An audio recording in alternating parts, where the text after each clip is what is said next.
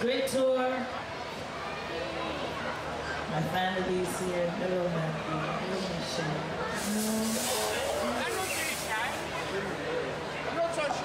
So, people always ask me what's in the round box, so I have to do this before I start playing so that you know what's in the round box. This instrument is called mbira, and it's found in different parts of Africa, South America. This particular one originally comes from Mozambique, but we've been playing it in Zimbabwe for about a century or so now.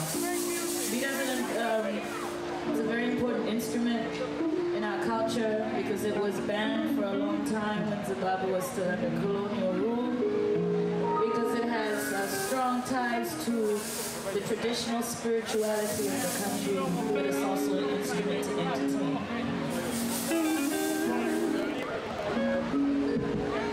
Y'all feeling good?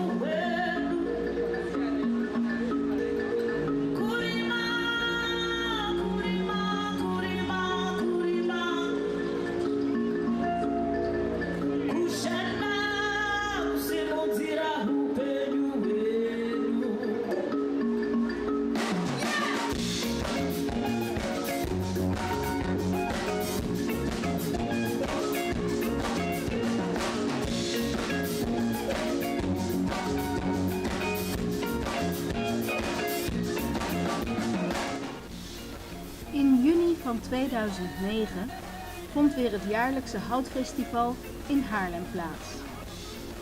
Te gast was de Zimbabwaanse Afro-Soul diva Chiwoniso Maraire.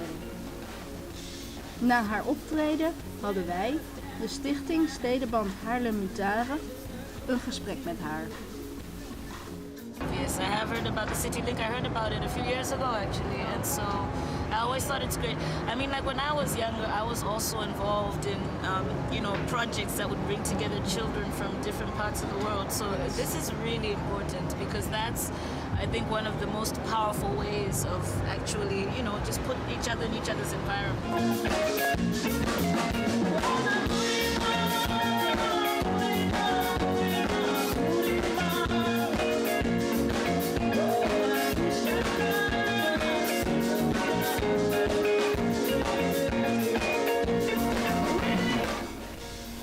Chiwoniso treedt over de hele wereld op met haar mbera.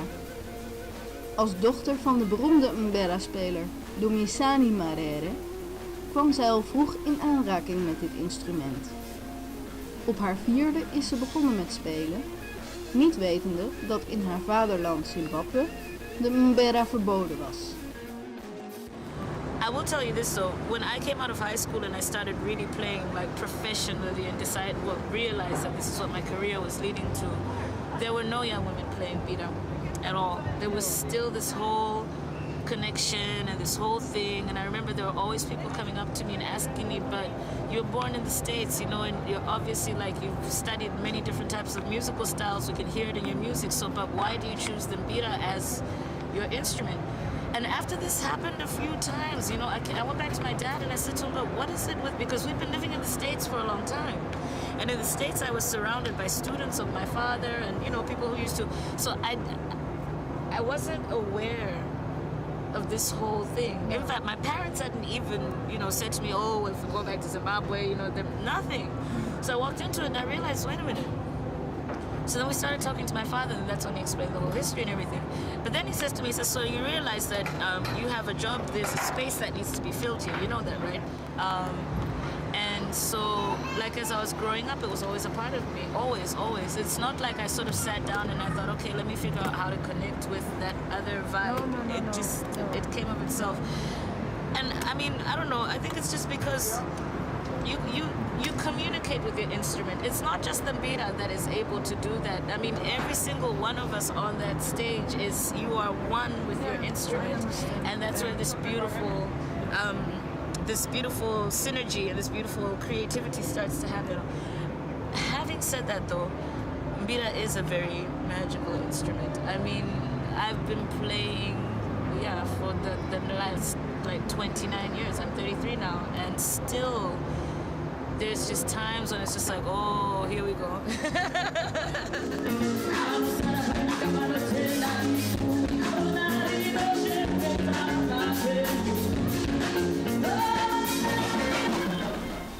De liefde voor haar instrument en haar land heeft ook wel voor de nodige problemen gezorgd. Vanwege haar muziek en haar teksten is ze zelfs een keer in aanraking met politie gekomen in Zimbabwe. Maar gelukkig weerhoudt dat haar er niet van om door te gaan. One of the things that I always made clear is that it's not personal. It's not when you're singing about a social issue that's going on. It's not a personal attack. None of my music personally attacks, whether it's president or vice president. I don't have time for that. There's other people who you want to get into the politics and everything, it's fine.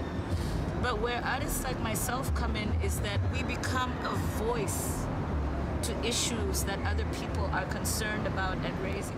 Because how can you get angry about singing about Murambachina? It happened. How can you get angry about singing about Woza women being beaten? They were.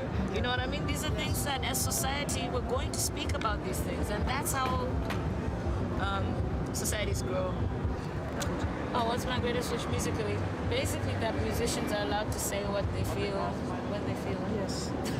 Freedom. Freedom.